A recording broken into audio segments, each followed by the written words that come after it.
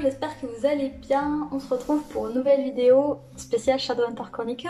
Oui, encore une. Dans celle-ci, en fait, je vous présente l'ordre de lecture, enfin les ordres de lecture possibles pour cette saga qui est très vaste. Il y a beaucoup de trilogies, de tomes compagnons, etc. Et on peut facilement se perdre. J'ai quasiment tout lu, je crois. À un livre près, je pense que j'ai tout lu. Je vais vous donner un peu trois ordres de lecture possibles. L'ordre chronologique, l'ordre de publication et l'ordre pour pas se faire spoiler, slash l'ordre, mon ordre de préférence. Je vous commence tout de suite avec l'ordre chronologique, tout simplement parce que c'est plus facile pour moi de vous présenter les sagas si je vous les présente comme ça. Donc la première saga dans l'ordre chronologique, c'est The Infernal Devices. En français, c'est les origines. D'ailleurs, je vous mets tout en barre d'infos si vous voulez retrouver les différents ordres. Et là, je vais présenter les tomes, enfin les livres en anglais. Mais s'ils ont été traduits en français, je vous mettrai les titres en français dans la barre d'infos.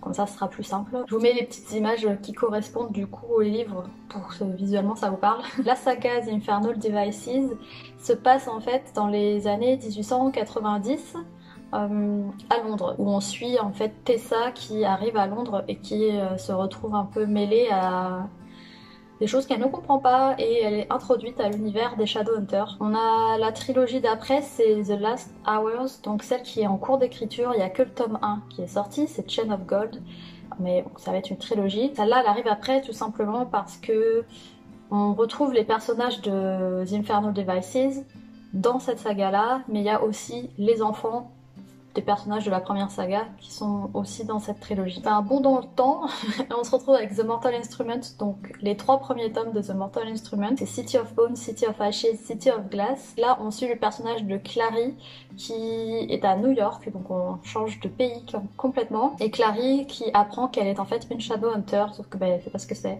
Donc voilà, c'est un peu aussi un tome introductif au monde des Shadowhunters. Donc c'est The Mortal Instrument, les trois premiers tomes, tout simplement parce que entre temps il y a Red Scroll of Magic qui se place en fait entre le tome 3 et le tome 4 de The Mortal Instrument et qui est axé sur le personnage de Magnus et le personnage d'Alec. Voilà, donc c'est un tome d'une autre saga, d'une autre trilogie qui est The Eldest Curses.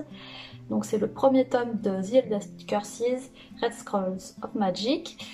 Après on repart donc avec The Mortal Instrument, tome 3, 4, 5, City of Fallen Angel, City of Lost Souls et City of Heavenly Fire. Il y a après les deux tomes compagnons, donc The Bane Chronicles. Celui-ci il est axé sur l'histoire de Magnus. C'est un tome compagnon composé de plusieurs nouvelles sur plusieurs périodes historiques de sa vie à lui, vu qu'il est immortel, donc il lui est arrivé plein de choses. Hein. C'est assez cocasse à chaque fois, c'est plutôt drôle.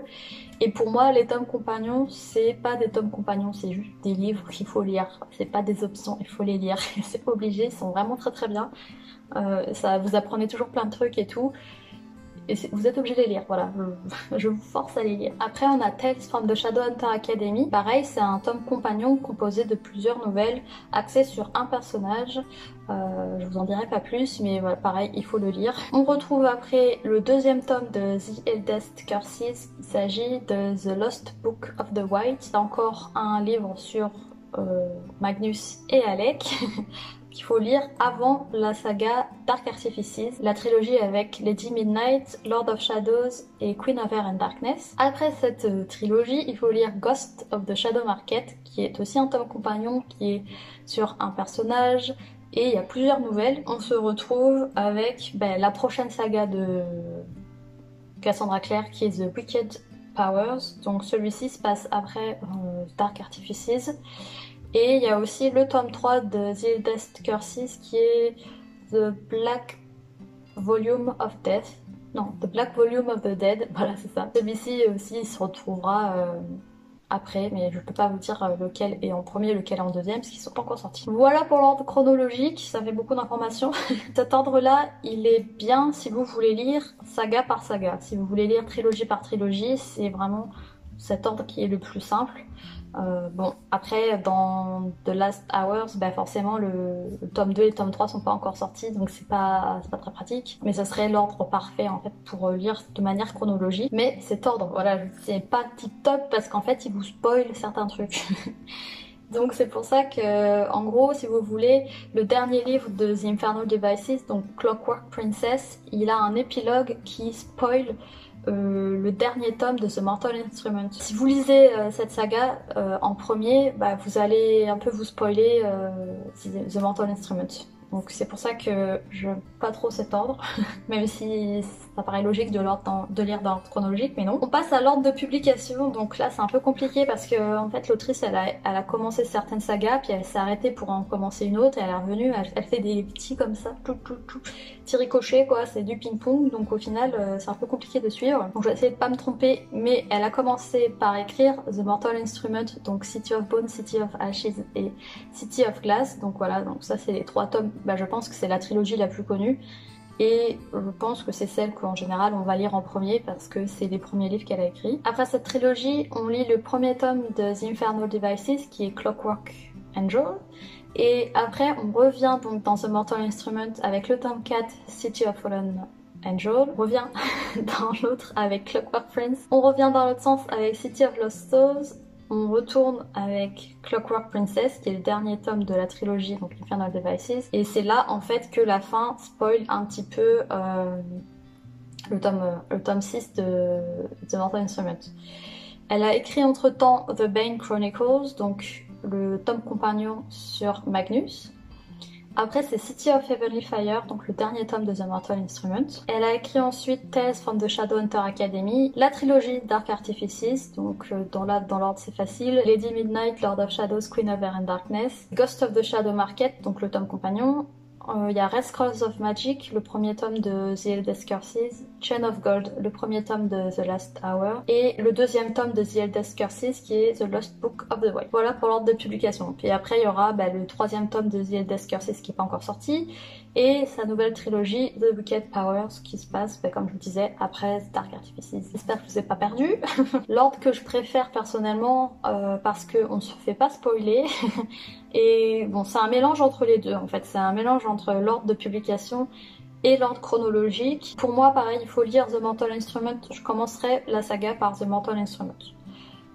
Clairement, si vous accrochez pas trop, vous pouvez essayer dans l'ordre chronologique avec The Infernal Devices, il n'y a pas de souci. Personnellement, je partirai d'abord avec The Mortal Instrument, donc le tome 1, le tome 2, le tome 3, City of Bones, City of Ashes, City of Glass. Puis on passe à Clockwork Angel, le premier tome donc de The Infernal Devices, suivi par The Red Scrolls of Magic, donc le premier tome de The Eldest Curses, tout simplement parce que ça se passe entre le tome 3 et 4 de The Mortal Instrument. Donc le meilleur moment pour le lire, c'est juste là, entre les deux. Et après on passe avec The Mortal Instrument 4, donc City of Fallen Angel. On passe à Clockwork Prince, on revient avec City of Lost Souls, on repasse avec Clockwork Princess. Là, à ce moment-là, je lirai The Bane Chronicles et possiblement la saga The Last Hours, donc avec Chain of Gold et les deux autres livres. Parce que du coup, à ce moment-là, vous êtes juste après la fin de The Infernal Devices, donc du coup, niveau chronologique, ça correspond mieux en fait. Vous allez lire la suite chronologique dans The Last Hours, donc c'est pour ça moi je le mets là. Mais en fait cette saga on peut la lire avant, après, enfin on peut la lire n'importe où au final, du moment que c'est après The Infernal Devices. Moi je la mets là parce que c'est vraiment juste après. Et après il y a le dernier tome de The Mortal Instrument, donc c'est Heavenly Fire, City of the Heavenly Fire. Je le mets là du coup. Comme ça vous n'êtes pas spoilé. Après il faut lire Tales from the Shadowhunter Academy. Le tome d'après ce serait The Lost Book of the White. Le deuxième tome de The Eldest Curses. Là on case la trilogie de Dark Artifices, donc c'est pratique, il y a les 3 tomes d'un coup, voilà, c'est plus simple, avec Lady Midnight, Lord of Shadows et Queen of Air and Darkness. Et pour terminer, on met Ghost of the Shadow Market. Après il y aura donc la nouvelle saga The Wicked Powers qui est pas encore sortie, et le dernier tome de The Eldest Curses, The Black Volume of the Dead. C'est assez compliqué dit comme ça, j'espère que ça vous aidera au moins à vous lancer si vous savez pas trop dans quel ordre le lire. Après Ghost of the Shadow Market, vous pouvez totalement lire la nouvelle saga, donc Chain of Gold. Vous pouvez le lire à ce moment-là, il n'y a pas de souci. C'est juste que dans la chronologie, ça vous fait revenir dans les années 1900, donc ça vous fait un bond dans le passé. Mais voilà, il n'y a pas de spoil, ça va vous spoiler quoi que ce soit, donc vous pouvez le lire à ce moment-là, si jamais vous l'avez pas lu avant. Je vous mets tout en barre d'infos parce que ça fait beaucoup d'informations. C'est compliqué de tout retenir. Ça, c'est l'ordre que personnellement je préfère. Ça évite les spoils et ça garde un peu de la chronologie. Voilà, pour éviter d'être un peu perdu et histoire de lire ça dans un ordre qui paraît logique. Dites-moi en commentaire dans quel ordre vous avez lu ou vous êtes en train de le lire cette saga. J'espère que cette vidéo vous aura aidé si jamais vous voulez vous lancer ou que vous êtes en train de lire cette saga mais que vous savez pas trop quel livre lire à quel moment. Voilà, j'espère que ça vous aura aidé. Je vous mets tout en barre d'infos, vous inquiétez pas, vous pourrez retrouver mes listes. Et puis je vous dis à très vite pour une prochaine vidéo, donc mercredi avec un vlog et dimanche prochain pour une nouvelle vidéo. Passez une bonne semaine, à très vite, bye.